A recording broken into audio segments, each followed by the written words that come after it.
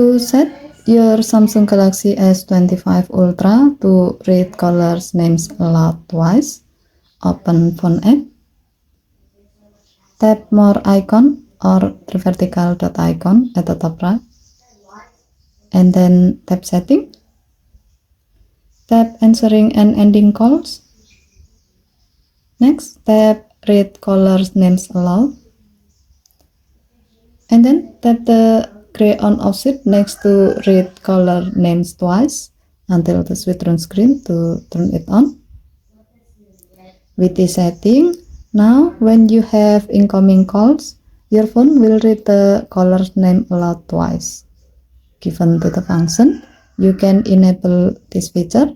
If you want to answer, you catch the caller name clearly, so you can then decide whether you like to answer or ignore the call.